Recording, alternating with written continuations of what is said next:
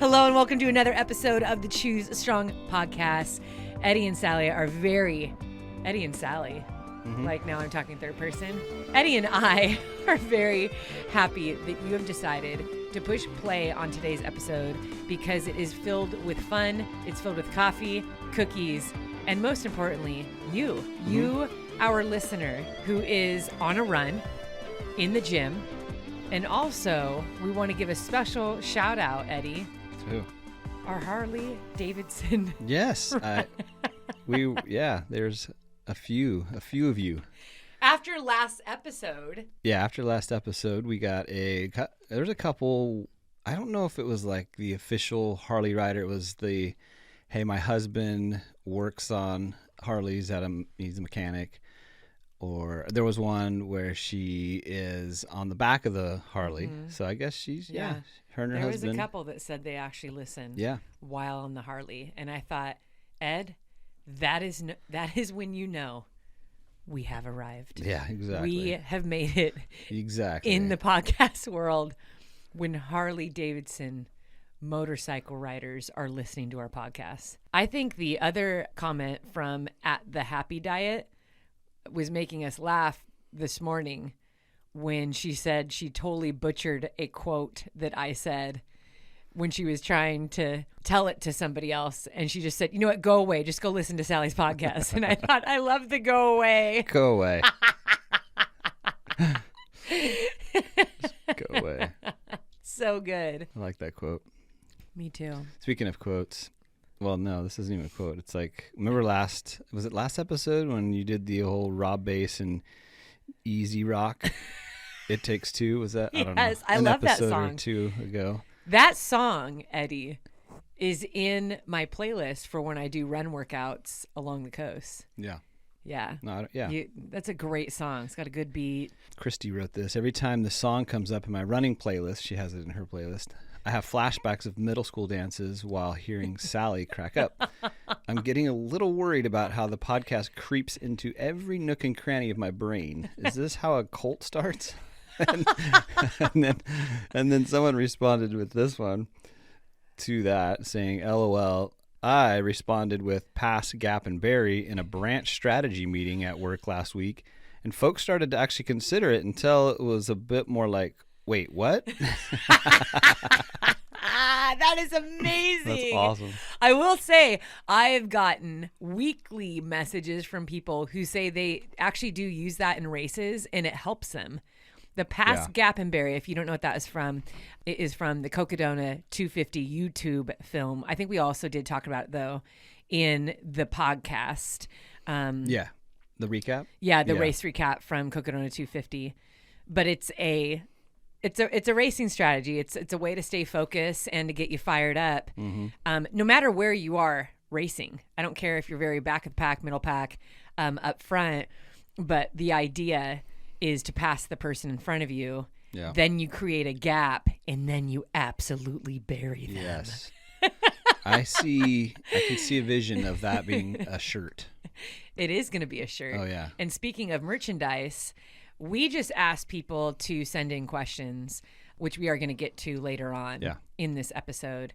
And I lost count of how many people asked about the update on the hat. So do you have an update on the yellow Choose Strong hat? Yes. So we have a good update here. It is going to be available, fingers crossed, December 1st, right? I don't think it's wise to give a date. I was just kidding. I was just pretending that it was... That was like wishful thinking. But no, that's not right. I thought what you were going to say, Ed, was they're ordered. They are ordered and they are in production. And we are awaiting an official date of when they will arrive at the distribution center. So we already have a distribution center set up that will handle all of the orders, get these things mailed out. Eddie and I will not be distributing these. These are not arriving at our house. We are not packaging up these ourselves. No. But the order is placed and we are awaiting an official date as to when they will arrive. Yeah, I don't know where you got December 1st, but you just made so many people excited. I was just making stuff up. I'm sorry. But with that, there will be several other pieces rolling out in the next couple months that we are so excited about. And so stay tuned once again. You guys have been so patient. It probably didn't help yesterday, the post that I did yesterday with the quote, we don't have a problem in the world with people pushing too hard. We have a problem with people quitting too early. And it's a black and white photo and the yellow hat's highlighted. So oh, I thought that was a quote referring to people like they're not quitting. They're going to try to get that hat no matter what. That's what you're talking about. This is true. This is fitting, very true. Very fitting. I want to say how much I appreciate that, though. I appreciate that people are stoked about the hat, stoked to have the Choose Strong piece of merchandise. It's a great message to remember in every aspect of our life. So we just got back from Nashville, Tennessee. Originally, I was just going to take this trip solo. It was going to be a quick 24-hour trip. My good buddy Nick Bear and I had scheduled our third podcast together. We love podcasting. I think that one's going to roll out next week. But he texted me. He's like, hey, is the whole family coming? Whole family want to come? I'll bring them out. And so I hopped all over that. I was like, kids haven't been in Nashville. I love Nashville. I used to work for Stephen Curtis Chapman's nonprofit foundation show Hope. And so I used to visit Nashville and Franklin, especially when we were doing events. So I love it there. But I haven't been back I don't think I've been back since because I went to a wedding there, like, I want to say 12, 13 years ago. And Eddie, you love music so much. I do. You love music. You love live music. You love country music. I do. We play a lot of country music in our house. We play all genres, but yeah. I was like, yes, I am all about that. Take the kids out of school. Let's go have an awesome 4 days together. Let's travel. Let's hop on this opportunity. It's literally one of the greatest joys of what I do. If I get to bring my family with me, yes, I'm doing that. And this trip turned out to be so much fun. We had such a fun family trip. We had a lot of laughing, some good memories, and so much good food and so much good live music. Oh my gosh. Yeah, there's a ton. Just our hotel. Yeah, just in the hotel lobby. Just in the hotel lobby, like the little restaurant there that was part of the hotel. We listened to a new band every night. Yeah. That was so cool. Even in the airport, that one restaurant had like this killer sound coming out of it. It's a guy on his guitar just cranking. And I think it would probably take us at least a month to get through all the incredible restaurants and coffee houses they have there. Yeah, there's a lot of good coffee spots, great food, and it's a bummer that most of the lines were 90-minute waits in a lot of those good restaurants that we didn't really have time for, but we'll have to just go back. I know. Well, we went fortunately too. It was a gorgeous weekend. It was beautiful. Yeah, it was. And nice. So that definitely brought out a lot of people. Oh yeah, because it was a lot warmer than what was the guy saying? It was warmer this past weekend. Yeah, the prior weekend was like really cold, right? Yeah, it was just like perfect weather. But our kids, I think the things that we did whenever we travel, we know how important it is that we schedule in things that maybe Eddie and I aren't super stoked to do, but it's like the kids want to do it. We want them to enjoy the trip just as much as us, because we know that we're also doing stuff that they don't always want to do as well. But we went to 5 or 6 thrift stores. Yeah. I personally love thrifting. I grew up on thrift stores and garage sales. So I think we went to 6, but we went to 1 like twice. Yeah. They love the Goodwill bins. Now, for those listening that have teens, or if teens that are listening and you know about the Goodwill bins, yeah, that's where it gets real. If you don't know what that is, do you know how to explain it? Did you watch it? I went. I want you to explain your experience. Well, let me just tell you my exact direct quote that I told Mackenzie when I walked in there. I walked in there and I said, Mackenzie, this is my nightmare. I will meet you outside. And I left. That was a direct quote. I was like, I cannot handle this. Especially to someone that's like so organized and clean and orderly like you. Yeah, that was not a good spot for me. So the bins are great if you're looking for shirts that are under 50 cents and they're in a ball. You can't see what it is. You got to go through them. You have not helped people understand what this is. I'm sorry, that's the way I describe it. How do the bins work?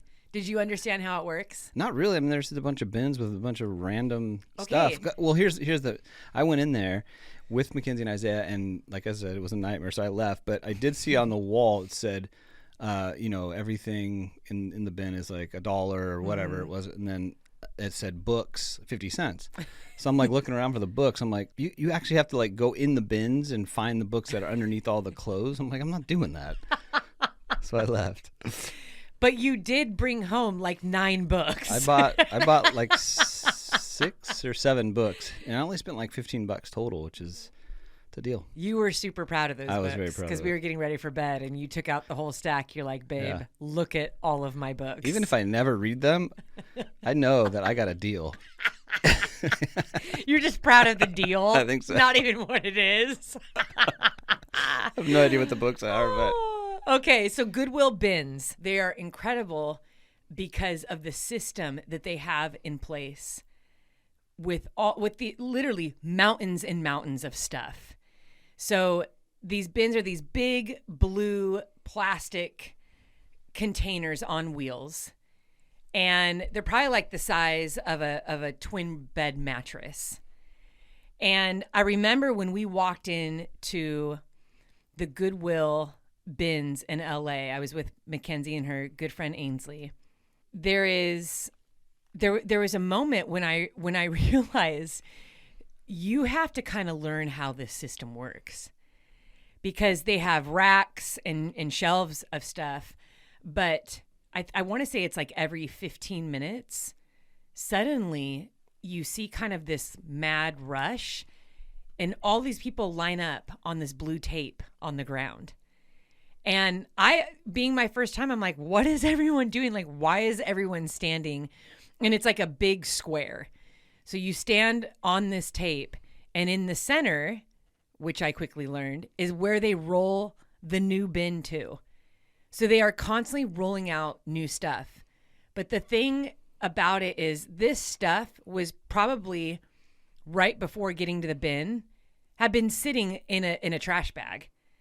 So there's on their part, there's no organizing, there's no sifting through. It's just, we're going to take all these trash bags, we're going to rip them wide open, we're going to dump it all into this blue bin, and we're going to roll it out onto the floor, and you guys can deep dive into it. So that's pretty much what happens. They roll this thing out, and they're very strict. Like they will tell you, like, once it's out, you can't look in it until they say go. And then once you do, it's like bees to honey, baby. I didn't realize that. Yeah, it's crazy. That became really fun for Mackenzie and her friend, like once they got the hang of it. But what I learned, and so it seemed, was there's like professional shoppers there. I mean, you can find some cool stuff, maybe clean it up a little bit and resell it online and make some decent money. Yeah. So when Mackenzie discovered that there was bins in Nashville, oh yeah, it was over. Absolutely had to go. They went twice. They went twice. They wanted to go every day after that. They wanted to go every day after that. Yeah. So. Yeah. So anyway, we just spent 5 minutes talking about the bins, the Goodwill bins, and nothing else. So, Ed, the question is, would you move to Nashville? Is that a place you could see yourself living? I feel like yes, but I mean, there's no ocean there, which would be tough. Mm-hmm. I mean, I think there is, besides that one, was it Cumberland River, I think? But I didn't see a ton of water where we were in downtown, obviously. But I'm a water guy, so it would be difficult. But all I have to say is, man, I do love all the live music venues and just the vibe. Mm-hmm. The vibe is cool. Good culture. Yeah. I'm bummed that, I mean, I don't have a lot of regrets growing up, but one of them would be not visiting Nashville more often. That and not eating avocado and onion growing up. I feel like I missed out. So that was random solid. To Nashville, but yeah. Avocado and onion. I just started thinking about regrets. I love it. Well, I mean, we still have a lot of life left in us. It's true. So that could be something we do in the next chapter is move to Nashville. Move somewhere new. Yeah. I mean, the music is like, yeah, you and I both love that so much. I think that would would be a strong pull. Yeah, definitely. I mean, I can bring my guitar and see what happens, Oh, so we're talking about like changing careers. You're actually thinking bigger. Yeah, I'm shooting for the moon here. I mean, I'm not going to deny the fact that you are a great singer and you're pretty good on the guitar. I just don't know where my guitar is. Gotta look for it. It's been a while. It has been a while. I missed that. You used to get that out a lot and play all the time. I remember you playing when the kids were babies. We'd put them in those like little donut things. Yeah. When they were so tiny, like brand new. And you would just go with your guitar and like sit next to them while they're falling asleep and like play these little songs. Yeah, I think that's why they're so good at recognizing bad music. They're like, oh, that reminds me of when I was growing up. There is music in our home every day, and both our kids do like to sing. Yeah, they do. I'd say at some point throughout the day, someone is singing in our home. Yeah. And I feel like Isaiah and Mackenzie are always singing. Yeah. But most of the time it's you, but yeah. Yeah, we have a loud home. Yep. But yeah, Nashville is fun. Those of you that live out there, you got a good place. Well, that was a couple of the questions that came in. People asked, when are you going back to Nashville? And then when are you moving to Nashville? So what about you? Could you move there? Yeah, but I say that about most places that I visit. Yes, I think I could live here. I could definitely live here, but I actually thought seriously about it when we were there. Yeah. And two positives. You're probably the worst person to ask though, because if anyone knows I always want to move. You're the one that has like the Zillow app open in the background of your phone all day, every day. Okay, it's an ongoing joke in our home. Yes. You don't ever close that app. This is true. Well, I just feel like this ability to visit new cities, you also find that there's its own personal culture within each city, which I love. I love meeting new people, trying new coffee houses and restaurants. I love the food and coffee wherever I go like that. I love doing that whenever we go somewhere new. I love just finding out what's the best coffee in town, where's the best burger. So because you and I have lived in a few places already, I think it really has to do with how you operate. But like if you have moved and lived in different states and different areas, it's kind of easy and you feel a little bit more comfortable with doing it again. Yeah. Yeah, definitely. But I know everyone is different. For some people, especially you have really strong family connection and ties, and like all your cousins and aunts and uncles and your parents and siblings all live, within a couple cities of each other. It is hard to uproot from that because family is everything. Those relationships, that's what makes where you live so great, are those relationships. But you and I moved to Washington, D.C. Had we even been married a year? I think we celebrated our anniversary while we were driving there. Yeah, I think it was like 1 year. Yeah, so we've been married like 1 year. And then we also had Mackenzie out there. And then in 2020, we moved to Bend, Oregon. And the only reason why I felt like we had the courage to move at that time was because we had done it before. Yeah. And we had this idea in the back of our head that like we could go have this amazing life experience, which I am so grateful we did that. Yeah. We have this amazing life experience, but it taught the kids a lot. They learned so much in that time when we lived in Bend, and the memories that we created there. When we got that little tiny 1,000 square foot home, we renovated the whole thing with our own two hands. Those are some of my favorite memories just of our marriage. Watching you, like, before, up until that time, the only thing that you'd ever done was like hang curtains in a shelf. And then easy. Come on. There was like, we've always rented our homes. Yeah, so like, but come on. That was the first time we bought a home, and which was like such a blessing to be able to get that. Yeah.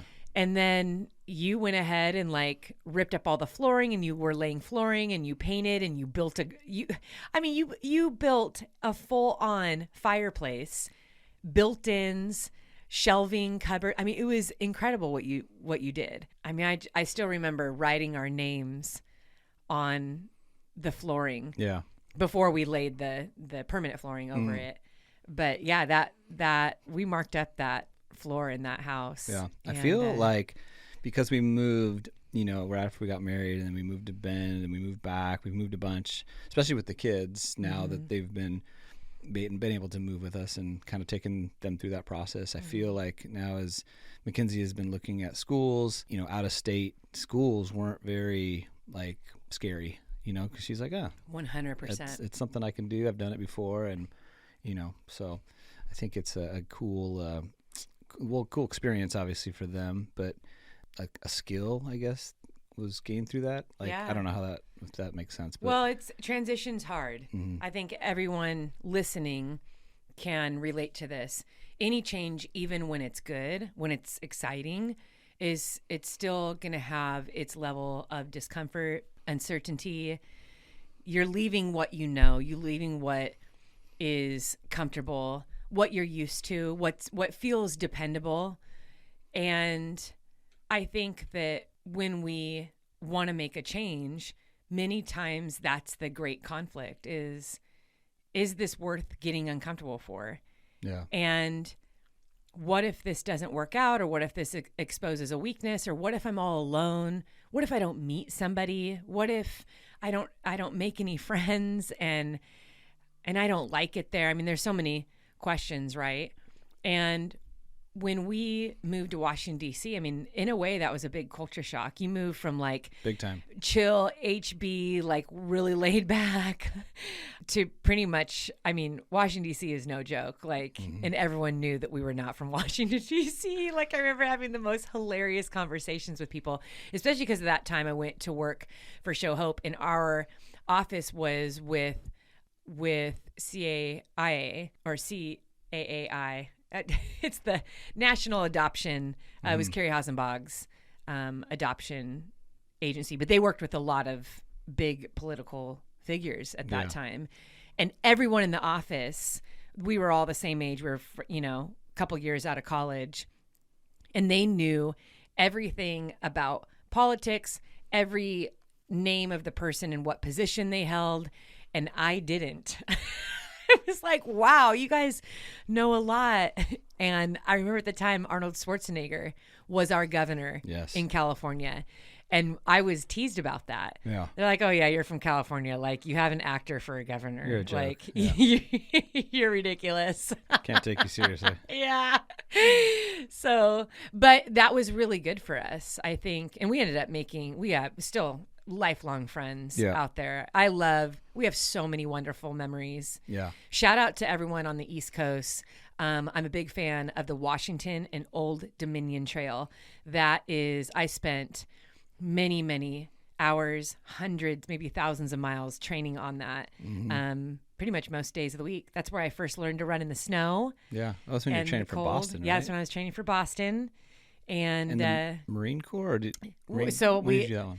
Yeah, I ran Boston. I don't know if I was pregnant with Mackenzie while I ran Boston, or it was like right after I was pregnant with Mackenzie, and I had already signed up for the Marine Corps Marathon. So that was after Boston. Yeah, we actually had already moved back to California. She was 6 months old, and we flew back out. And I was like, I'm going to do it. That story is hilarious because I remember like neither of our kids took a bottle pacifier or would even suck their finger. And I remember how nervous you were because Mackenzie was only 6 months old, and you're like, okay, I'll take care of her for a few hours. And I remember coming down the chute, like the last 100 meters, and Mackenzie's literally screaming her head off. And the look on your face was just like, just get across the finish line. I literally don't remember anything about that except I remember looking over a bridge and like looking down at you and taking like a picture. But that's all. And it was so sad because when you lost that camera on the subway, you took so many rad pictures. I do not remember that. Sheesh. Yeah, but it was. I mean, you had Mackenzie, you had the baby bat, you had like so much stuff. Lose Mackenzie, so that's. I'll lose a camera. That's fine. Whatever. You were probably you loved wearing that front carrier. Yeah. I think that's what she was in. Because she weighed like 4 pounds. It was like easy. I know. She was only 16 pounds when she was 1. She was always so tiny. But I remember crossing the finish line and you being there, like you had run down to the finish line to meet me. And as soon as you gave her to me, I mean, I went straight over to a tree and fed her. Like that was just a nice little introduction to being parents. I mean, she was our first, and so we were adjusting to so many different things. I was super proud of that finish being 6 months postpartum. I wasn't going for any special time goal or anything, but I think also we were so young. It was fun to train with her in the jogging stroller, but I don't think I ran a marathon. Gosh, I can't remember the next time I ran a marathon after that. I mean, road marathons at the time for me were just like good goals to keep me in shape and moving forward. And I remember, I think that was one of the first times that I heard about Dean Karnazes, because I'm standing at the start line. He had run backwards on the course and was now going to start with us. So he did like a 52-miler. Yeah. Oh, I didn't realize that. He did a 52-mile effort on that. And I remember thinking, that is crazy. Like, that's weird. Like, why? Yeah. And now you run 200-mile races. I know. And still sometimes I ask the question. Now people are saying, why? That's weird. Why?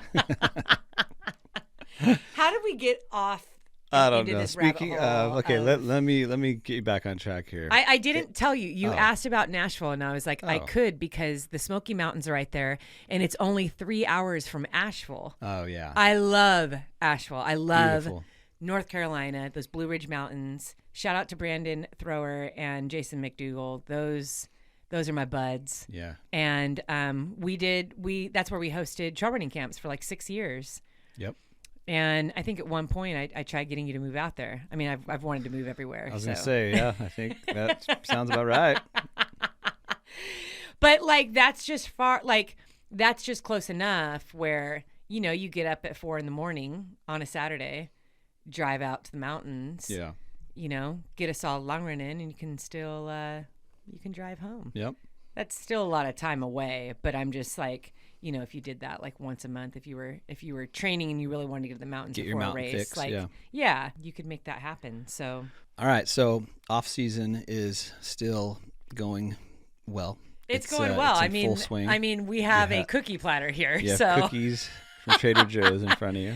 Yes, the treats. I did notice you put some. I added some oranges just to kind of balance it out. Okay, just to make everyone know. Those won't be eaten, but as long as they balance it out, in theory. Also, the little oranges are pretty. Oranges against dark chocolate are. Yeah.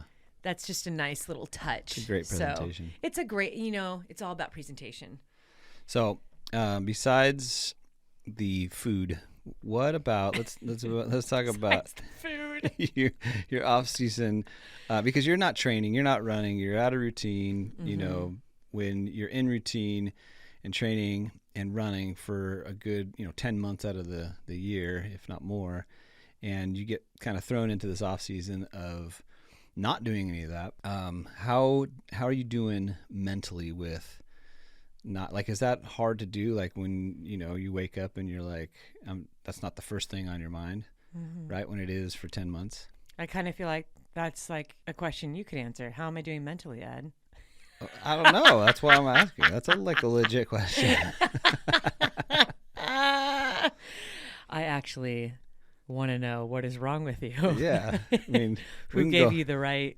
We can go off mic and kind of talk about this one, but I don't know why. I was just thinking of The Office right there when Michael Scott gave Toby the rock for his end of the year review. Who do you think you are? Who do you think you are? Who gave you the right? What gives you the right? What gives you the right? Like trying to change like the emphasis on the sentence. Okay, so I feel like anytime I go into off season, the beginning I'm like super excited. I can feel that my body really needs the rest. So the first 2 weeks I'm open arms, like stoked to rest and not really do much as far as running goes. I have been pretty consistent with doing some mobility, and I'll get on a machine at the gym, maybe like a stair mill for like 20 or 30 minutes, but it's not like intervals or anything hard. It's just like easy, steady climbing. And then I walk almost every day. I mean, you and I walk together a lot. Yeah.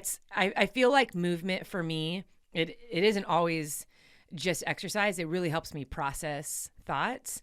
And because, I feel like since I was a little girl, like I do have this creative side of me where I always like to create. I like to write. I'm not good at drawing, but I draw a lot too, even when I'm writing, and just work through life, and being out in the fresh air and in the sunshine. That really helps me. So I feel like since the off season has started, you and I walk along the coast almost every single day.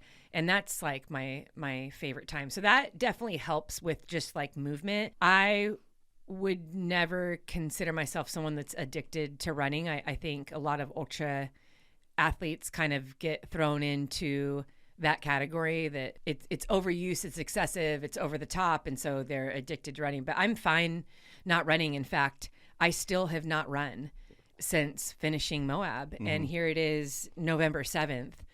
So my reasoning behind that kind of goes twofold. Is I really do want to give my body a complete rest. I think mentally I need that.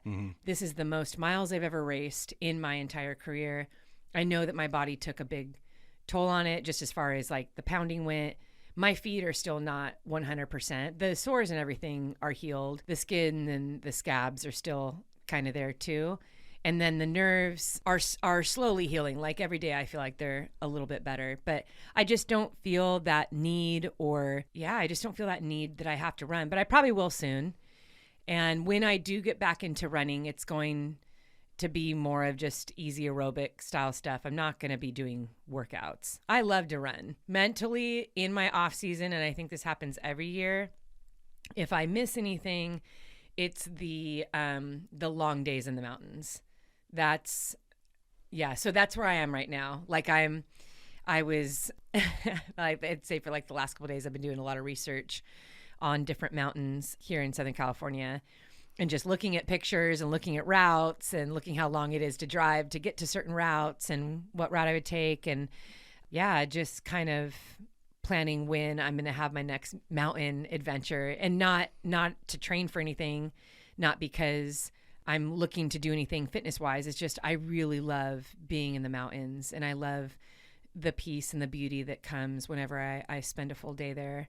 So overall mentally, it's been good. I feel like as far as like pressure or stress of training, or just maybe sometimes feeling overwhelmed, because sometimes I do get overwhelmed when I'm in season, because I really want to be a good mom. I want to be a good wife. I want to get all the things done around the house that I want to do in my errands. And so sometimes I can feel tired and a little overwhelmed when I'm in season. So I definitely have been way more relaxed on that side. And then, I feel like we've gotten in a lot more really fun, like family time, especially on the weekends with the kids. Like this trip to Nashville was so much fun. And it was nice because usually when we travel, like I'm getting in a few hours of training every single day. And so I have to get up really early in the morning, tiptoe out of the hotel room and try to get in like quality training. So this was the first time on a family trip this year where I wasn't doing that. So I got in like I would go do 45, 60 minutes in the gym each day, but Mackenzie also had to do a workout. So sometimes I'd just go with her, but it would just be short and sweet. And so what are you been doing over there? I'm just looking at some questions that have come through. What's something that you haven't done in a while that you really miss? I know who asked that. Our good buddy, Jordan Nutter. Jordan, yes. Who is in Nashville. Jordan's awesome. Jordan is honestly, I give him full credit as to why the Choose Strong documentary project was able to come out in full force. Right after his question, he says, what is something you haven't done in a while that you really miss? And then please tell everybody how great I am. So keep going. Did he say that? No. Oh, I was like, what? He is. Jordan's awesome. He is. I remember when we pitched the idea, like we had the idea, and I was like, nobody's going to bite on this thing because it's so long. Yeah. Like it's several months. Like it's big resources. Right. And no brand is going to be stoked about that. And oh my gosh, Jordan was like, no, we're going to make this happen. And so huge shout out to Jordan Utter. And he's just incredibly talented. I mean, he does all of Nick Bear's stuff. Yeah. So if you follow Nick Bear and see his YouTube, his reels and stuff like that. Jordan's behind a lot of that stuff. But Jordan, that is a great question. So something that I haven't done and that I miss. Yeah. I would say it was stand-up paddling, but that was something that I really missed, and I am going to go and do that. But just this morning when we were going to breakfast, I was talking about hot yoga. Oh yeah. I really like hot. It's like that's the only yoga that I can do. All other yoga forms I just can't. But hot yoga is like 26 moves. It's a workout and it's a challenge from start to finish because you're in this hot room. I feel like it's more fitness focused. Like here's the move, hold it. Okay, here's the next one. Like I really like the tempo of hot yoga. And then I think it's because I've been in the like training and fitness industry for so long. This is long before I was an ultra runner. I love exercise and fitness just at its core. I love creating workouts, but I also love trying like new classes. And so there is a lot of studio classes here in our area that I am really excited to try out. So yeah, but that's like really only stuff that I would do in my off season because I just don't have time to do that. So I am planning on trying a variety of different studio classes. Like I love Pilates. I've only done one bar class ever, but I think bar is incredible. And I feel like all those things are very beneficial and positive just to my overall training because a lot of that works on the core and the hips and the glutes, which are absolutely necessary to strong running. And so, yeah, that's what I'm looking forward to. But you have this look on your face. I feel like you want to say something or add to that. I wanted to say that if I was to answer this for you, maybe you would say surfing. Speaking of surfing, Eddie, you and I talked about this, that's right? That's why I'm bringing that up. Is this where we're going? Yes, you are very right. Because it's something that you haven't done in a while that you kind of miss. You're like, I would love to get back out of there. But you know what? I did see yesterday there was a shark sighting about 2 miles away from the pier. And if there's any fear that I have, maybe we're not going to be doing that. I do have a respectful fear of the ocean, though. Yeah. And I don't know if that's I had a very scary experience when I was like 4 or 5 years old where I couldn't tell which way was up or down, and I would just kept on getting flipped over in the ocean. Yep, that'll do it. But no, I mean, in high school, I would longboard, and we go to the beach like almost every single day. Yeah. But you and I talked about this last week. Yeah, I know. We said that we wanted to start surfing together. Mm-hmm. We need to go with a disguise and not let anyone know where we're going because we're going to be so terrible at it. Yeah, I know. It's been a while since I've gotten up on a surfboard, but my awesome brother-in-law, Marky Pesh, who works for Firewire, and then his dad shapes Pesh surfboards. He's so patient, and he's taken me out several times. So he's been nudging me. He knows in my off season, all right, Sally, let's go surf. So yeah, I think that is definitely going to make an appearance in the next few weeks. But you and I talked about like doing it regularly. Like we're going to go surf together. Well, I think it's like anything, right? That's how you're going to get decent at it. Yeah. Yeah. So that would be fun. I mean, maybe it isn't Eddie runs a marathon. It's just Eddie surfs. I like that way better. I like that way. I'm all about that. I'm going to go and just swerve right into that because that was a very popular question. People want to know. Well, first and foremost, someone asked, is this only Sally's idea or is it Eddie's idea? I don't really think it was like this idea that either of us were like, hey, we're going to do this.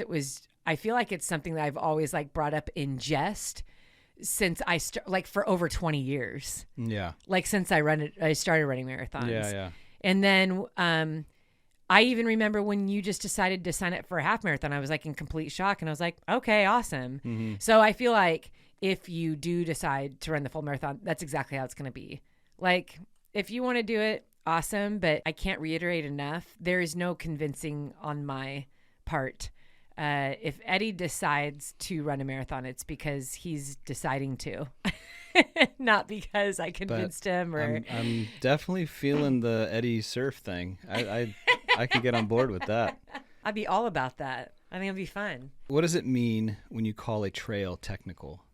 Oh, that's a great question. So a technical trail, and this is really interesting too, because even when people say, oh, that trail has a lot of climbing or it's really steep, like I feel like on one hand there is it's relative to the person and where they live and where they grew up. So if you grow up in a place, let's say you grew up in the middle of the city and there's no hills and it's like smooth sidewalk is always what you're running on, then sometimes even the slightest technical trail can feel very technical.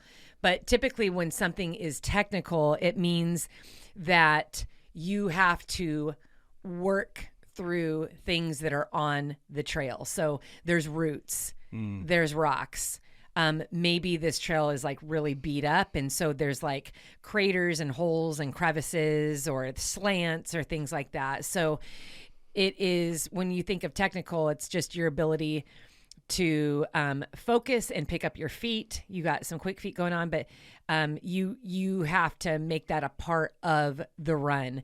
Whereas when a trail is smooth, it's flat, really easy running, you can actually just think about running. You can just cruise on that. When I think of a lot of fire roads, for example, not too often do you run on a technical fire road, because a fire road is, it's also a road where cars drive.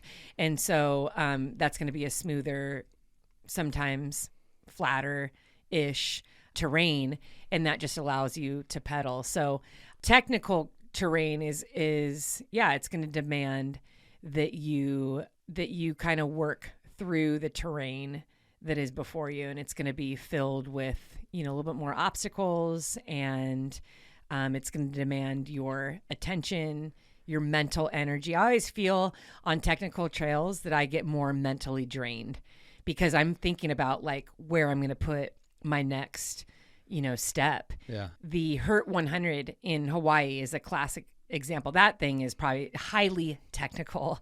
Mm-hmm. It's just boulders and rocks and roots, and I think there's some slimy moss and things like that. I would say the East Coast, that's what the East Coast is known for. Whenever we did our camps in North Carolina, I would definitely say that like 50% of the trails that we ran on were pretty technical. Yeah. And, they have mossy rocks and lots of roots, lots of rocks. Like you really have to focus on where you're going or else you're going to trip and fall. So, and then the West Coast, certain parts of the West Coast, I would say people would call that like a buffed out trail or smoother trail or runnable trail. And what that means is it's just, you can just focus on the running. You don't have a lot of obstructions on the trail where you need to pay close attention to. You can really just hammer and let it rip and just focus on the running part. So that is the most detailed breakdown of the difference between the two. Makes sense. Where do you find all of your adorable overalls? I've loved overalls since I was a little girl, especially when I was in high school. And I feel like I find them everywhere, from the thrift store, discount clothing stores. I've found them online. I really love Dickies. So Dickies overalls are like my favorite. Kind of all over the place. I'm always on the hunt. What's crazy to me is that Isaiah, 15 years old, is now wearing overalls. He loves overalls. Made a comeback. It's funny. I didn't realize I'm wearing overalls right now. And this morning he's like, "Cool overalls, Mom." Like he was pretty stoked about my overalls. But yeah, I have seen more teenage boys in them. I've noticed that. Yeah. They're cool. You can't go wrong with overalls, and they're really fun. You can dress up and it's just easy. Like for me, it's just a no-brainer. You can throw on overalls and you feel like you have a put together outfit. So yeah, here's a hula burger at Aloha Grill or a chocolate shake at Ruby's on the pier. Oh wow! Which Ruby's is not on our pier anymore. But should we who is this from? This is from JDNO07. Oh, okay. Because I'm like, does this person know that I was a Ruby girl? Oh, yeah, maybe. I worked at Ruby's Diner for 7-8 years. Yeah, that's where I got my start in the restaurant industry. I went on to work at different restaurants too, but I loved working there. And there was we had the best milkshakes. And there used to be a Ruby's Diner on the end of Huntington Beach Pier, which is so sad that it's not there anymore. Mm.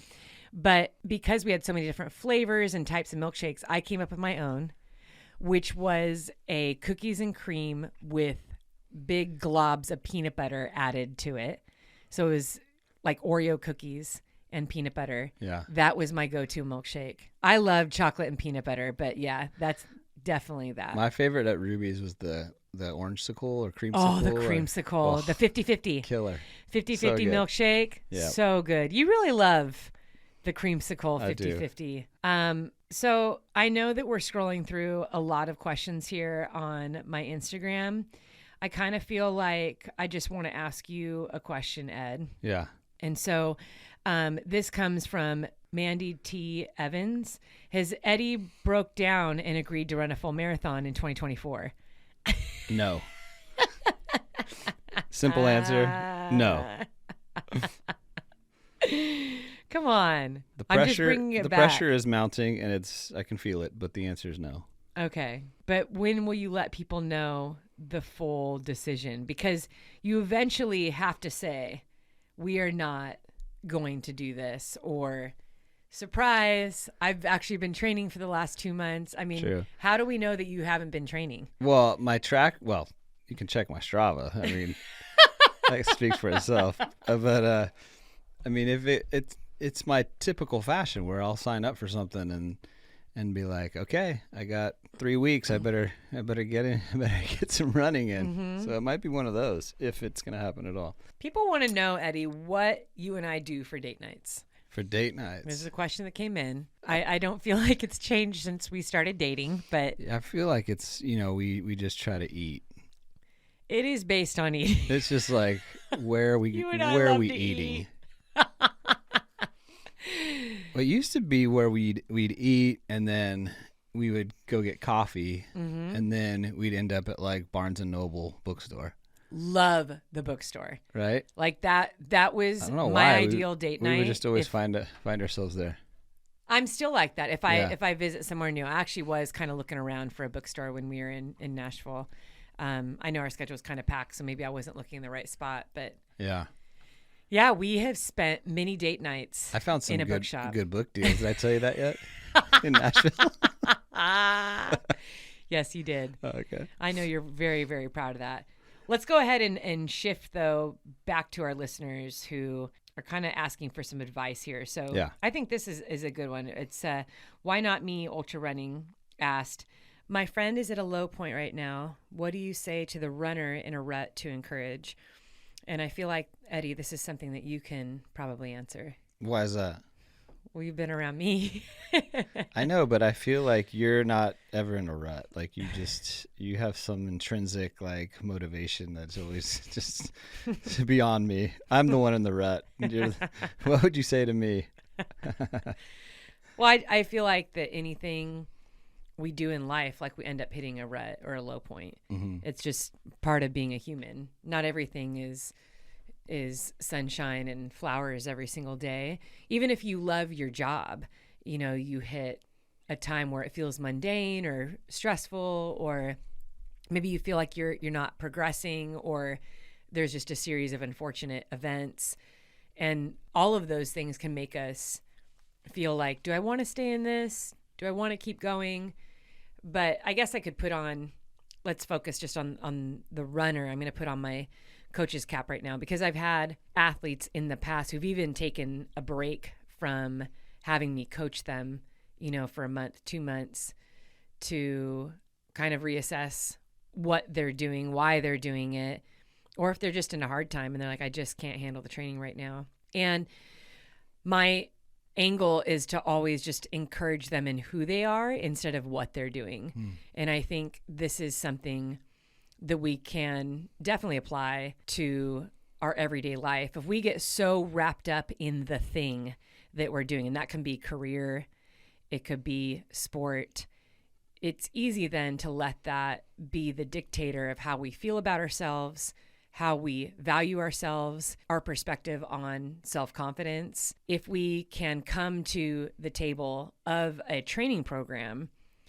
and accept that the low points, lack of motivation, being tired, missing goals, maybe not accomplishing what you wanted to in a race. If you understand that is part of being an athlete, that is part of the training, it's a lot easier to move forward. You're not alone in that. It doesn't matter if you are the best athlete in the world. It's very difficult. You're just not going to avoid all of that. You're going to have seasons of injury. You're going to have seasons of setback. you're going to have days where you're like, I'm just not motivated and I don't want to do this. Yeah. So that's always been really helpful to me, because when you hit those points, instead of focusing on the thing, you can ask yourself, who am I in this moment when nothing feels good? Who am I? And why am I responding like this? So those low points, the tough times, give you an opportunity to work on your character. They give you an opportunity to work on your mental toughness. I mean, that is how you get stronger mentally too. Mm-hmm. You don't get stronger mentally when everything's going your way. Yeah. You don't get stronger mentally when it's just success after success. I mean, that's where things feel easy. You know, you're just kind of you get in that smooth ride. But I think that you become stronger when you learn how to work through the low points, when you work through the tough times, and you keep hope at the forefront, knowing like it's not going to stay this way. It is going to get better. I believe it's going to get better. That's why I'm moving forward. And take the thing out of the equation. So take running out of the equation, and who are you without running? How are you going to operate to this tough time without running? And then really take an assessment on why you view yourself the way that you do. Because if you wrap your value and who you are and your life's purpose all in running, you're going to be disappointed. Mm-hmm. And you're going to be left searching and constantly wondering about how to fill that little hole that maybe you're trying to fill with running. Mm-hmm. Running is just not going to do it. Mm-hmm. Running brings joy. It brings community. There's a lot of really positive things about running. I think there's a lot of positive things about a lot of things that we love in life, whether it's a hobby, it's a sport, it's a community.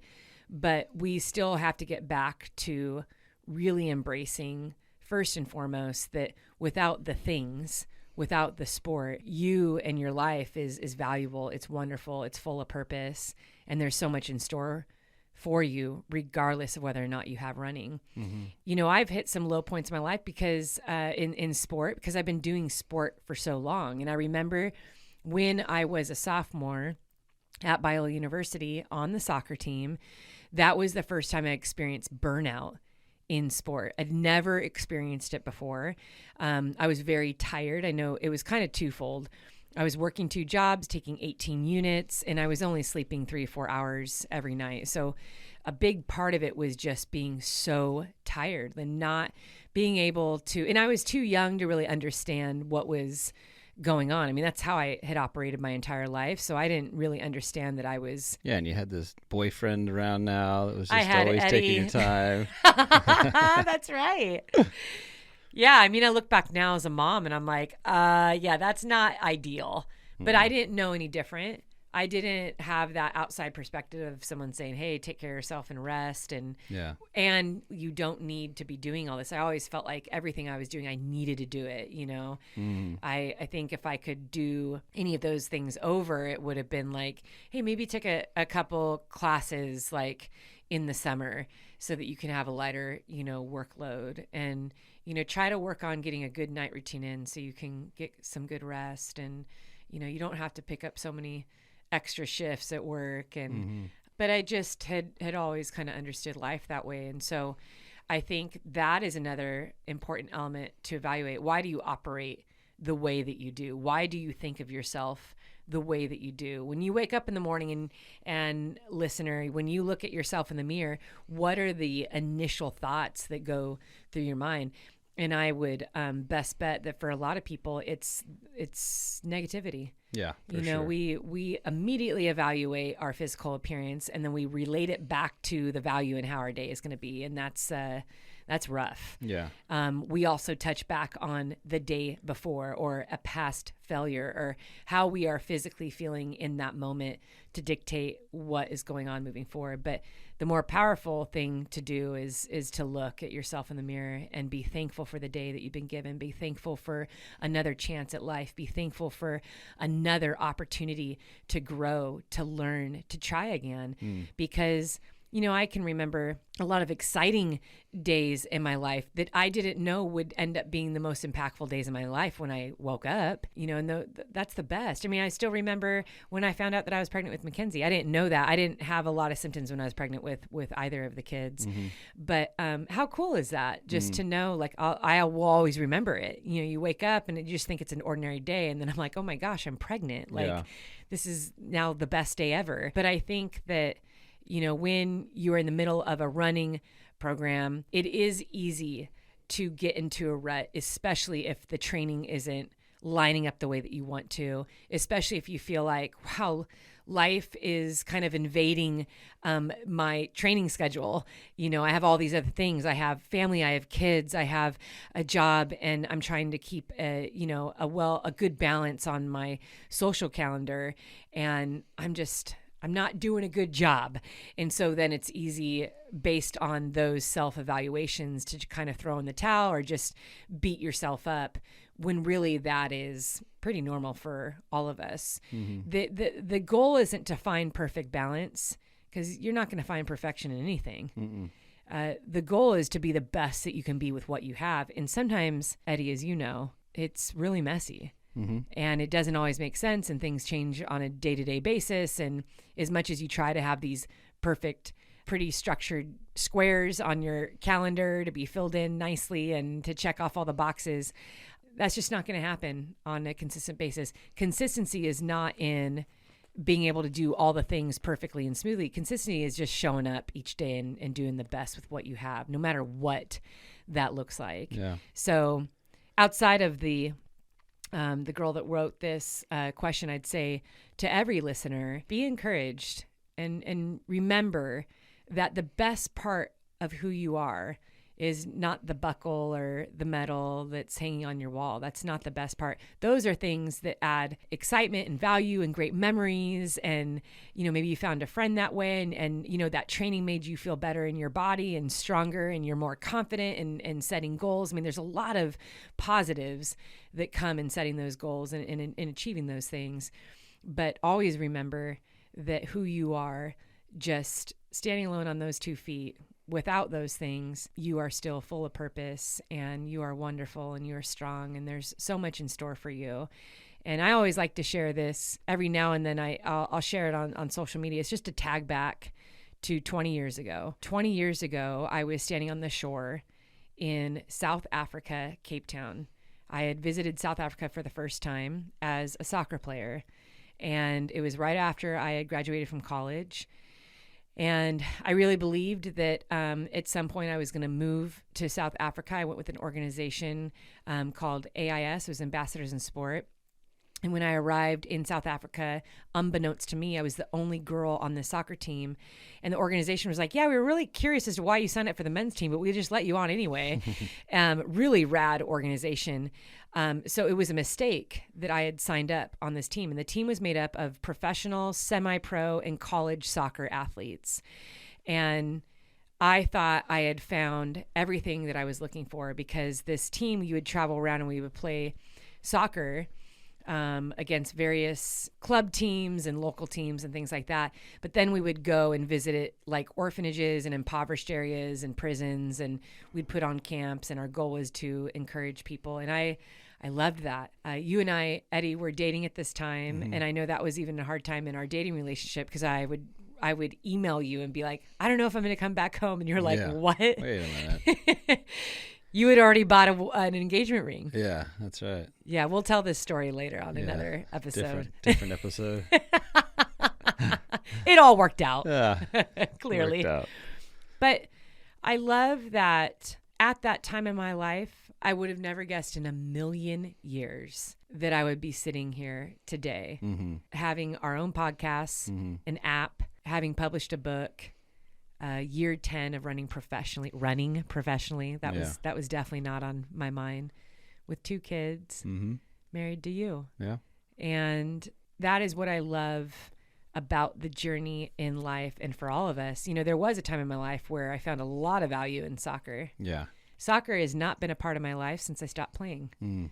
And so if I had believed, and if I still believe today, that my value was in soccer because the dream was to become a professional soccer player, it'd be really hard to move forward once soccer was gone. Yeah. And it would be easy to feel lost. Right. And to wonder why and what I'm doing with my life. But what if we just did the best with what we have, with what was in our life at that time, and we appreciated the gifts and the lessons that we learned with what we're able to do in that moment, and whatever it is that you're into, understanding that those are building blocks to what's ahead. The things that you love, I'm going to bring this back to running. Running should not be something that makes you feel guilty. It should be like a cool part of your life where you get to grow and learn lessons and gain strength and endurance and fitness and set some goals and meet people in the community. But as soon as running becomes a ball and chain and the dictator of your value, that's when you need to take a step back and reevaluate, where did that come from? Yeah. Yeah, it's scary to find your identity in something that can change so quickly, right? Mm-hmm. Like a job or a person, relationship, or sport or whatever. I mean, things can go south, and if you're completely wrapped up in that, it's a bad place to be. Mm-hmm. But let's, you know what? People love this when you did this last time. It's about an hour-ish into this podcast. What would you say to those runners out there that you want to check in with the body a little bit? Yeah, this is really good. I mean, we call this the body check. The body check. So for all of my athletes that are training right now, and I would say this even for people in the gym, and if you're on a bike, it's really important to do this. Now, I'm saying this as someone who has to work on this always. I'd say it's something I will always work on. It's really good for me because, just speaking of soccer, because I have a soccer background. So I tend to run with in almost like a defensive position, like ready to get hit. Elbows out. Elbows out. You can always identify a soccer player on the trail. I love that because there is a stance that we have when we run. Yeah. I remember when my parents were like, who's Sally? Like my sophomore You're not telling the story. Year at your soccer game. And they're like, which one was Sally? I'm like, oh, that one over there, like number 7. And you just truck some girl. Yep, and I mad dog her. That's her. That's Sally. That according to your mom, I gave her a mad dog stare. Yeah, the mad dog Sally look. I was a little rough on the field. I did have a few red cards. Yep. Means you were passionate. You love the game. So body check. What are we saying to the body now? Yeah. Speaking of body check, in soccer it's a little bit more aggressive. In running, this is a way to give back energy to yourself. So this is something that I do when I train and when I race, and even when I lift weights. You check in with your form, and I believe all of us have a distinct way of running. Mm-hmm. I know, Eddie, if you were 400 meters away from me and you were running in a group of people, I could pick you out just on how you run. And I love that. How would you describe my run? Just light and springy and high knees, just bounding perfect form. Chin up, smile. Yeah, smiles, just cheetah. Let's just say cheetah. Gazelle, right? Gazelle. So check in with me, runner. We're going to start with your head. You're going to relax your face, and then we're going to work down. You're going to relax your shoulders, but you keep that arm swing going. So that 45 to 90 degree angle, keep that, but relax your shoulders. So even if you are moving at a good clip right now, or you're working up a hill, relax that upper body. Now, what's so powerful about the arm swing is that your arms, that cadence in which you're swinging your arms, your feet follow that. So even if you are moving uphill, or you feel like you're moving really slow, you're just not feeling great at where you're at, pick up, get a nice tall torso here, and keep a good movement with your arms. And it's amazing because if you tried to, even if you did this walking, I was going to say, I'm doing it and I'm sitting. It feels good. Back up. But if you tried to walk slow and you were moving your arms at a good cadence, faster, it feels very awkward. Your feet want to copy what your arms are doing. And so your arms actually are really powerful in your running form. And so I always like to encourage runners, relax your shoulders, but pay attention to what your arms are doing. Don't let them like flap all over the place or move across the front of your torso there, but make sure those elbows are going straight back and you have a good cadence. Your feet are going to follow that. And then all the way down to your feet, I'd say even make sure that you're picking up those feet as you move along. And remember, my friend, that you get to do what you're doing right now. So whether you're lifting, you're cycling, you're running, what a gift to be able to move your body, to hear your breath, to be able to work on building strength and endurance, no matter how you feel about yourself. I have been there many times, especially after coming back from having kids. I mean, I gained so much weight with both of my kids, and I had emergency C-section. So I came back from stomach surgery, a lot of weight gain, and I can absolutely empathize with just not feeling good and really feeling like I'm starting from zero. I just had my stomach, cut open, and I have all this extra weight I'm not used to having.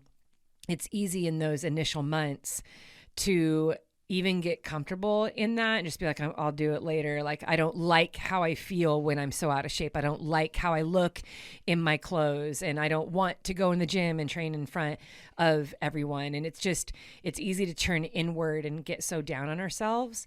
But I know what always worked for me, regardless of how I was feeling. And I know someone had asked this too, like, how do you overcome those negative feelings just like in a race? It's kind of the same thing that I've always done, even when trying to get back into shape, or like when I know I'm not having a great performance, is to look outward and really look at what it is you have the opportunity to do. I know that even in those lowest points when I was completely out of shape, that if I showed up every day and even did a little bit, so, first it always started out with like a 15-minute walk with the stroller, then as the months went by, I could pick up weights, and then slowly I was able to run, but I could only build if I showed up and I just did something little. And then you gain more confidence, you gain a little bit more fitness, and you start to feel a little bit better. And pretty soon all those negative feelings are now behind you. But that's not to say that I still don't have those days too, where I don't feel motivated, where I'm tired, where I just don't want to put the work in.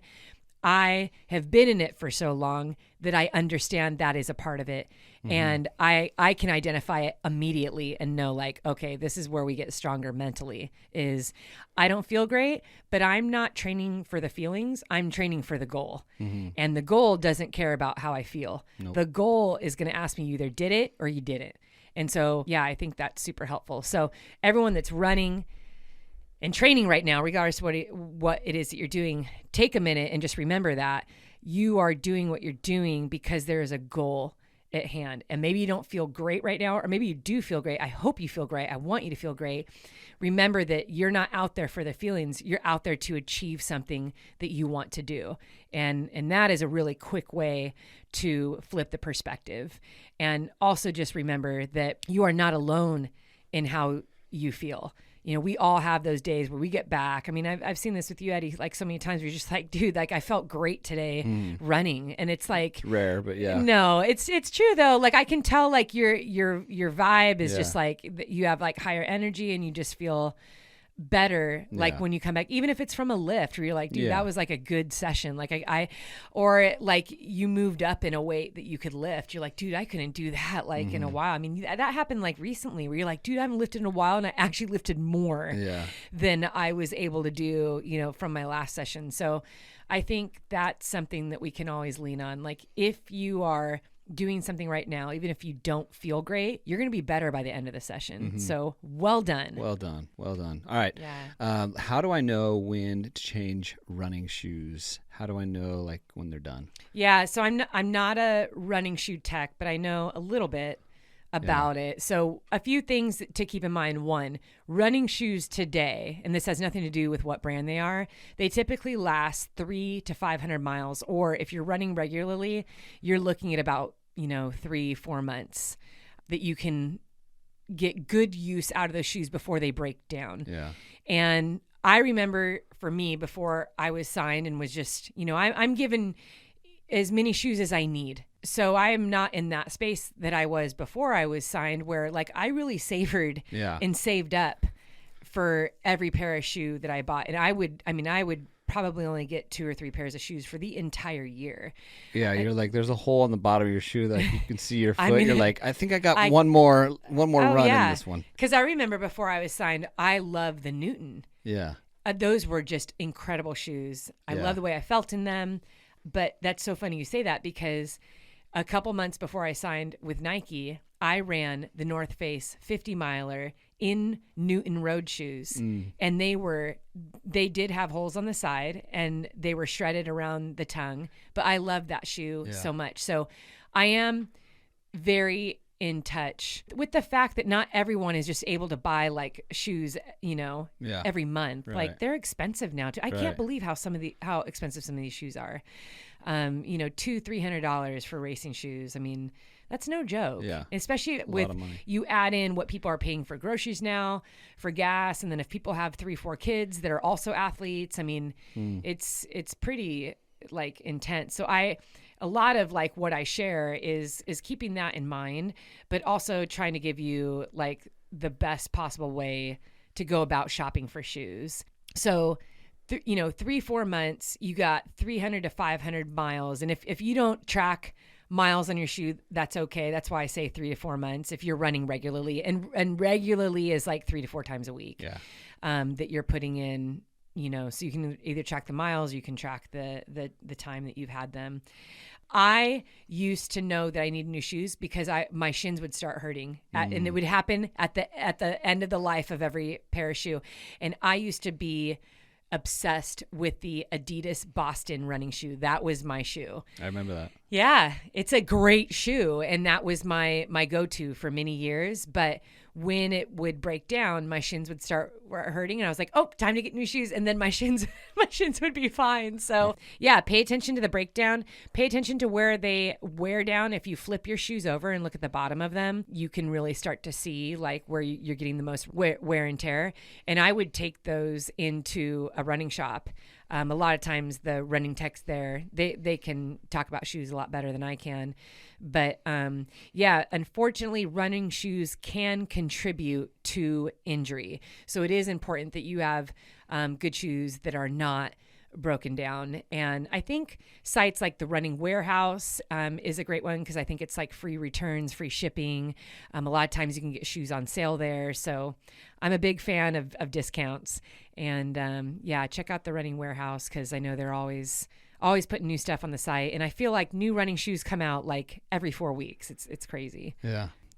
What supplements do you take? Well, I am a BPN athlete. Yes. Bare Performance Nutrition. So what and in fact, it's one of the reasons why I was very excited to sign with them. Yeah. I really needed a nutrition company that gave me the full spectrum of supplements that I needed. So I like protein smoothies. That's really important to me, but it's been very difficult to find a good protein powder. Not only that, like a multivitamin, omega-3 and collagen. And, there's so many things that are important to my overall nutrition, especially because of the amount of training and the high mileage that I put in throughout the year. So Bare Performance Nutrition tests all their products. And that was very attractive to me. Yeah. And it's just high quality stuff. I mean, all 4 of us use their products. So we all use the protein powder and the multivitamins. I mean, they also have a really good collagen. They have a sleep powder that I like to use at night, this chocolate sleep powder. They also make a 50-50 creamsicle sleep powder called Peak Sleep. So yeah, that's straight up what I use. Straight up. There it is. Yeah. What about running in pain? So is it okay to run through an ongoing, I don't know, not injury, but like some pain? So maybe this person wrote in nothing terrible. Maybe it's just some tendinitis. I feel like this was you in 2021 when you ran the Surf City Half Marathon. And I could tell, I think it was mile 8. I was like, oh my gosh, like you were in a lot of pain. Yeah. I'd never seen that before. And I don't know I think that was because you had like long COVID. Yeah, I think that's what it was. I was pretty concerned for you. It was more like nerve stuff. It was nerve. I even felt like it was like blood flow. But I know I said this on the previous podcast, you can spectate that course pretty easily. So the kids and I think this was like our second or third time seeing you. And by the time you got to mile 8, I was like, I could tell that you were really uncomfortable. But you finished, but it was rough. It was painful like all the way to the finish line. How did you manage that? I mean, why? I was like, I that was hard for me to watch. Yeah. That was a half marathon. But I could tell, like, I didn't know if you were injuring yourself. Like, I didn't, I knew it was like remember I took my shoe off and I said this before, and there was nothing there. So I knew it was a nerve thing, and it wasn't like, it didn't feel like an injury to me. It felt like something was off. Like I just couldn't feel something. Something was numb or whatever. So I just muscled up and I'm finishing. I knew it wasn't like going to injure me, so that was my thing. I think if it was like an injury, if it was going to make me, injured or feel worse, I would have probably stopped. Yeah. I think that's a really good question for our listeners to consider, because everyone's different. Yeah. When someone says it hurts, I mean, I think of our kids. I mean, they've had their fair share of aches and pains in sport, and I'm very sensitive to that, to not be like muscle up or grit through it or like toughen up. Although I think some people probably think I am like that. I'm not. Yeah. And I'm not like that when I coach athletes either. What I do say, my first thing I say is, I can't feel what you feel. Yeah. And our relationship with pain and an injury, things that are chronic. I mean, chronic pain is different, because if you have a doctor that says, well, this is just how it'll be, so do all that you want, but just know there's nothing we can do to take the pain away. I mean, that's rough. Mm-hmm. And there's people that operate day in and day out with physical pain. Yep. And they have to make that choice each day. I'm going to put myself into an uncomfortable situation in order to do what I want to do, or I'm just not going to do that thing and do something else. And there's zero judgment. Yeah. I have zero judgment for either which way that person goes, but I always have, just a lot of sensitivity when they say I'm hurting, this hurts, I don't know what to do, and they want an answer. Mm-hmm. And so I think, first and foremost, I can't feel what you feel, and I will not tell an athlete what they should or shouldn't do. The only time that I get great concern is when, and this was recent because someone else did this, but like they knew they had a stress fracture and they started a race. And I thought I probably wouldn't encourage that, because now what you're doing is you're elongating your off season, because you most definitely will have a very long off season in order to heal. But you are also going to make this injury worse to the point of, regret. Yeah.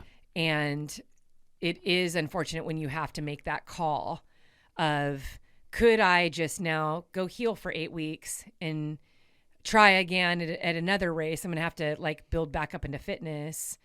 Or am I going to get on the start line when I know I have a fractured bone? And I even have shared, like, my first 100 was like that. I thought I had like a really minor shin splint. Halfway into the race, I knew, this isn't a shin splint. And I finished, and it ended my season. I went right into crutches the next day. Right. I learned a good, solid lesson there. I probably should have stepped off the course, but I was stubborn and kept going. So it is individual to each person. So when it comes to, this is just chronic pain that's a part of my life, and there's nothing that I can do to change it, I'm not going to end up in the hospital. It's just a pain that will always be there. Yeah. I have a friend that has a labral tear in the hip, and her doctor has said, you can get surgery on it, which may or may not help, or you can just learn to deal with it. And that's really hard, I think, for someone that really wants to improve their running and they want to race, and now they have to think about these big decisions, because having surgery is a big decision. Yeah. Especially when a doctor says, hey, it may or may not help. It's like, oh my gosh, like, do I want to go through with that if you're not even saying that's a guarantee that it's going to help? So Yeah, it's just evaluating when it comes down to physical pain. You have to evaluate what your goal is too. You know, I'm not one for pain. I'm not one to like, I really feel like it is individual. It's not something I like. You know, when we talk about the 200s and the stories that I've shared, like I wasn't stoked to be in that pain, and it wasn't anything that I felt was greater than the goal that I wanted to achieve. And a lot of that has to do with the value that I personally placed on it. So for me, I poured a lot of myself into that training. I poured a lot of myself into the year. Whereas like that Jackpot Ultra 100, I mean, even forgot that I did that race, but I had a 100-mile race. If I had any type of little ache or pain, I would have not done that race. Right. Because there was no value to me in doing that race. It wasn't that important. And I think that is good to look at when you're making new goals for yourself. Like right now I'm carving out my 2024 goals. I will have usually one or two things that are the most important of that list of goals. Those are the A goals. And then maybe I'll have other races, other trail adventures that are, you know, that are less in value to me. And so it really is evaluating what is important to you. And it's okay if other people don't understand that. You know, you can have a goal for yourself that's precious to you, that means a lot to you. And, you know, I know it's difficult sometimes when people weigh in and like, oh, it's not that big a deal. Like, just do this. And you're like, well, like this really means a lot to me. So yeah, that comes down to personal evaluation and being honest with yourself, and then taking the step further and asking yourself, would I feel more fulfilled and happier if I let myself heal? And I just came back to this and I tried it another time. That's always a good option too. Mm-hmm. And again, this is just Coach Sally speaking. This is how I would talk to my athletes. Yeah. I don't tell athletes what they should or shouldn't do, because I really think, I mean, this is just even as parents, you want your child, you want the athlete to own their decision instead of coming back afterward and saying, well, because of you, I didn't succeed. Like, this is all your fault. Why did you direct me this way? And so you need to be in touch with how you feel, what you want to achieve, what your goals are, what's important to you, and, you know, go from there. Nice. What about recovery after someone runs their first 100-miler? Mm-hmm. What advice do you have in terms of recovery for them? Yeah, I go with the unpopular way to recover, and that is give yourself a break from running. Mm-hmm. You know, I'm always amazed at people that like literally the next day they're out running, or it's like 2 days later. And I've finished 100-mile races where I'm like, yeah, dude, I feel great. And I even did this after Jackpot Ultra. Like, I went and ran like the next day, but that was part of the training plan, right, was to test the body in that. But I think if it's your first 100 and you aren't like building up to another race, like that's not part of your training plan. It's like, I'm building up to this 100. Like, that's like the A goal. Mm-hmm. Your recovery is so important. Like, your recovery is just as important as the rest of your training plan. So sometimes the way we look at training plans is everything that we do before the race, and then we race, and then it's just nothing else. But if you understand that the 2 weeks after your race are just as important as what you were doing in those few weeks before the race, then our bodies would probably recover a little bit better. Mm-hmm. And so I say, you know, for sure, don't do any running for that first week. And if you are itching to do something, I would say keep it low impact. So walking is actually really good. It's a great way to flush out your body. It's a great way to relieve like the stiffness, get that fresh air, keep moving. You know, a lot of people do experience kind of a low, like almost like the blues after finishing such a big race. And so, giving yourself that opportunity to move and get some fresh oxygen is actually really important. So I wouldn't say just lay on the couch all day, every day for a full week, but take away the intensity and the impact in your daily activity. And then look at maybe very specific recovery tools. So whether you have like Normatec boots, or you can get in and do cryotherapy, or, you know, go hop in a lake or in an ocean, take care of that inflammation, doing some very light, very gentle mobility. if you have the opportunity to get a massage, I would not do that right away. I would probably wait at least until like 4 or 5 days after, just because your body has a lot of repair to do from the inside out. Yeah. So the fitter you go into a race, the quicker you actually recover. And so that is why sometimes you see a lot of the more competitive athletes, like you'll see them get back into training like so fast, or be out running the next day, is because they probably do feel really good. Yeah. And their body is used to that stress. But I am a big believer in letting the brain recover, letting that mental intensity recover, genuinely giving it a break from this hard effort that you just did. And then remembering that there's a lot of repair in the muscles. There's been some muscle damage. There's inflammation there. And this is regardless of how fit you are. You want to be gentle with that and respect that. And then food is a great way to recover. So load up on that hydration. Most everyone is dehydrated to a degree after a 100-mile race. You're dehydrated. You're depleted of calories. So eat well, sleep well. But I'd say at least give yourself like a 2-week focused recovery where you are more focused on getting your body rest, building it back up, keeping it mobile, but taking away the pounding and the intensity. Mm-hmm. I mean, I have a lot of questions here. Do you want me just to keep going here? What do you think? I mean, I have a lot of questions too. Somebody asked if you are going to sign up for a Christmas half marathon and if they could put you in green tights. Green tights? So I don't know if this is like a fantasy question that someone's asking. That's kind of odd. I mean, I'd like to see it. Really? I would definitely run next to you in green tights. That would be the best day ever. I feel like that would be pretty uncomfortable. We would get for all of us. It would just be laughter. Oh, wow. You were just telling me about an email that you got about a holiday half marathon because you and I ran one together like back in 2017. Mm-hmm. And it was like a weekend getaway, just you and me. Yeah. It was really sweet. I think we were celebrating my off season at that time. And I was like, let's go spend some time together. Yeah. We had so much fun. I remember that was fun. I wore this little like Mrs. Santa Claus skirt. Yeah.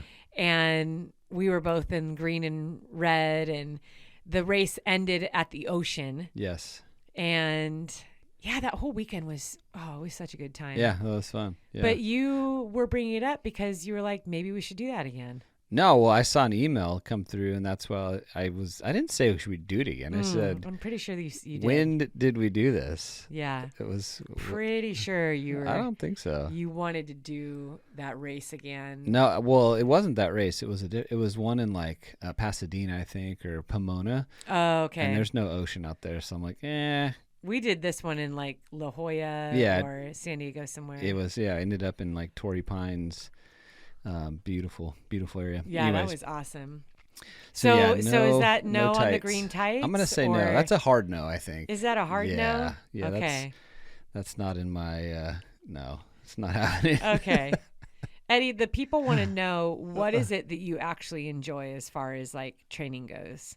Like when you are in a consistent schedule and you're like forming a training plan, like what do you like to do? How do you even form a plan?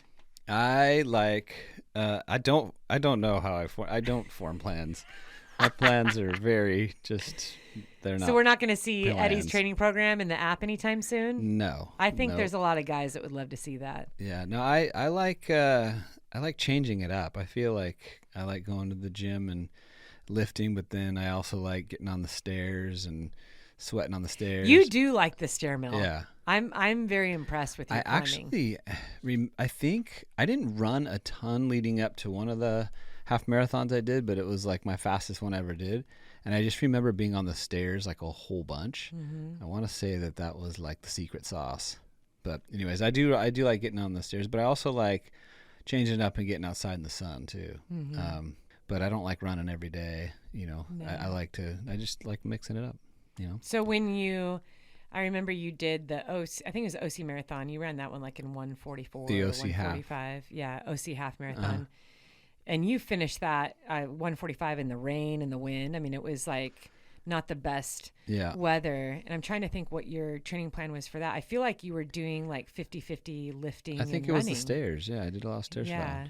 Yeah, I think that was it that I was talking about. Yeah. That's my plan. So you don't run every day then? No. That's like just I don't like, do that. and is that because you don't enjoy it? Probably. Yeah, probably. I think, like I said, I just like, maybe it's my brain. I just like to change it up. I'm doing one thing one day and completely opposite the second day. Right. I don't know.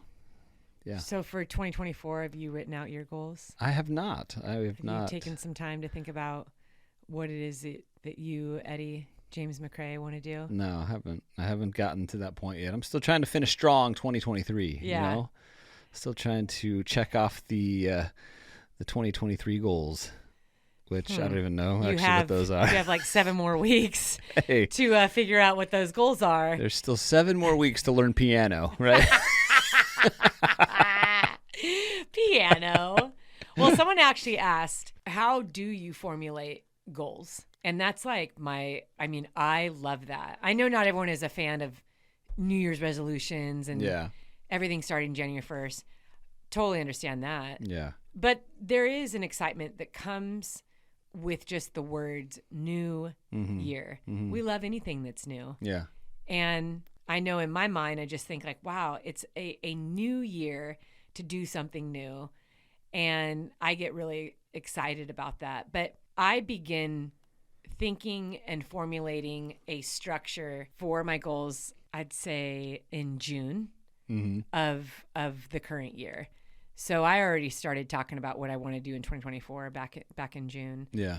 And it's really, it's not me jumping ahead of myself. It's just, I do like to plan because I've learned in the past, I wasn't always like that, but that some things actually require, there's a lot of steps for some of the things that I want to do, where I'm waiting around for approval, or I have to get other people on board. I have to make sure things are available.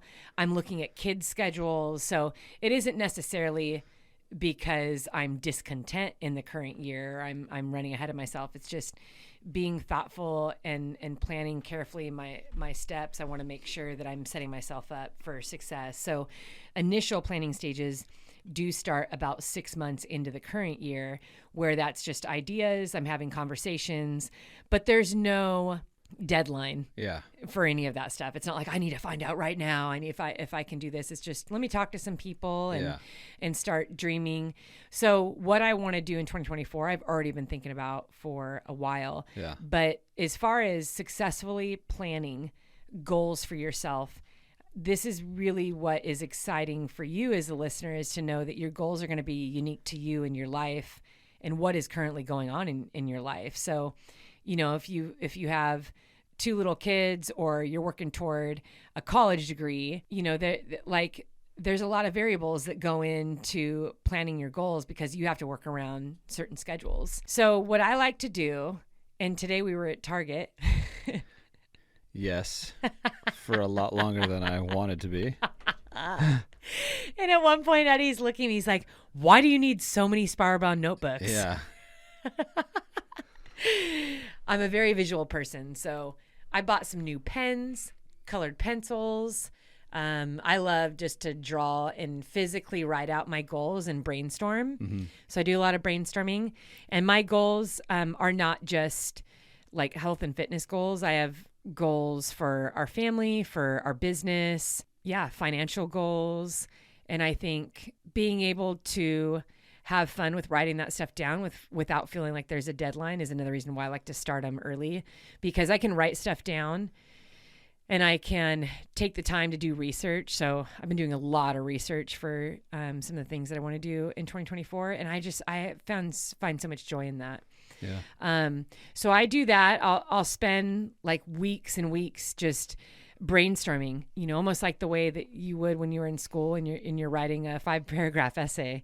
You know, you come up with all the ideas and you have a rough draft and you have a mind map, and that's how I plan my goals. But having Mackenzie and Isaiah as a strong part of our life and a very strong focus, every year is different because of where they are in their life. So when they were in preschool, you know, the time frame that I had each day to work on things was different than when they're both in high school and they're driving and they have their own social life and athletic goals. And so I would say that a lot of what I do and when I plan has a lot to do with the family. Even these 200s this year, I think you and I, we were so stoked, but the 200s worked out perfectly because they didn't affect our kids' schedule except for Moab. And I know we already chatted about that, but that was kind of out of our control. So yes, I strongly encourage when you are planning goals, give yourself like enough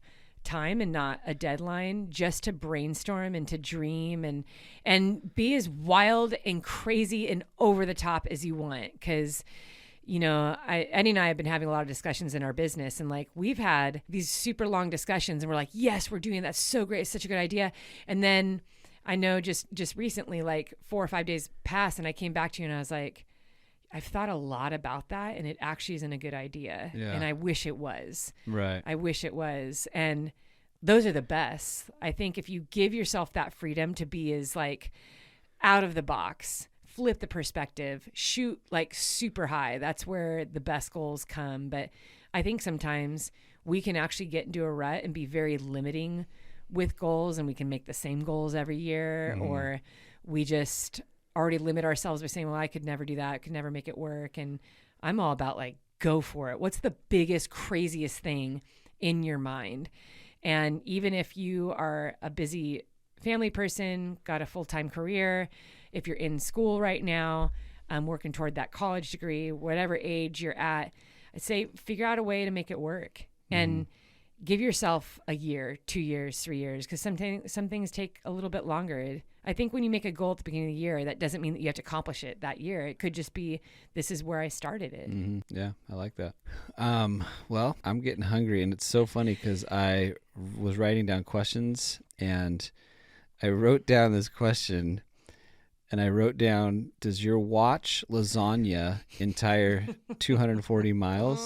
And I'm pretty sure there's two things going on there. One is that I'm thinking about lunch, and the other thing is I meant to say, does your watch last an entire 240 miles? Do you charge it? Do you swap it out? So that is what's going on over on this side of the table. Yeah, is you have lasagna on your mind. And I will say, yes, the Coros Vertix 2 watch was my choice. And I did not have to recharge it. In fact, Moab 240, after crossing the finish line, I still had 22% battery life. That's wild, huh? And when I went to the Strava camp this year, it's like this special event they did in LA. The Strava team came up to me because I went, it was like a week and a half after Cocodona. Yeah. And they're like, Sally, we have all been dying to know. Was that a single upload? Cocodona 250? Was that one upload, one watch, one... I go, yeah, I didn't recharge the watch. It was one upload. Because if you have multiple uploads, which a lot of people will do, they'll have to charge their watch or they'll switch out watches. Yeah. And then you can send in the data and they'll fuse it for you. They'll put it all together. Yeah. And they're like, no one had to work on your upload. And I was like, no. They're like, no way. Oh my gosh. So yes. And if you are interested in the Coros, this isn't a planned plug, but use code SALLY. And you can get free accessories. And they've got all kind of accessories. You can get watch bands, there's hats, shirts. I think even my book was online for a while on their site. It is, yeah. But yeah, make sure you use code SALLY.